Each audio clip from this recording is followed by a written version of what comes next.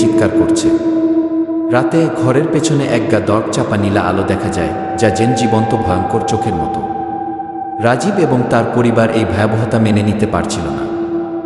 এক রাতে রাজীব স্বপ্নে দেখতে পায় এক প্রাচীন আত্মা তাকে জানাচ্ছে যে সিন্দুকের মন্ত্র তাকে এবং তার পরিবারের সবাইকে নরকে নিয়ে যাবে। পরের সকালে রাজীব এবং তার পরিবারের সদস্যরা ঘরের মধ্যে একে একে নিখোঁজ হতে শুরু করে। সজল, যিনি মন্ত্র পড়েছিল, শেষ পর্যন্ত এক রাতে পুরোপুরি অদৃশ্য হয়ে যায়। গ্রামের লোকেরা বলছিল বাড়ির ভিতরে একটি অদ্ভুত এবং অন্ধকার শক্তি বাস করছে, যা সব কিছু গ্রাস করে ফেলেছে। সেই বাড়ি একেবারে পরিত্যক্ত হয়ে যায়, কিন্তু এখনও রাতের অন্ধকারে মাঝে মাঝে সেই ভয়াবহ চিৎকারের শব্দ শোনা যায়।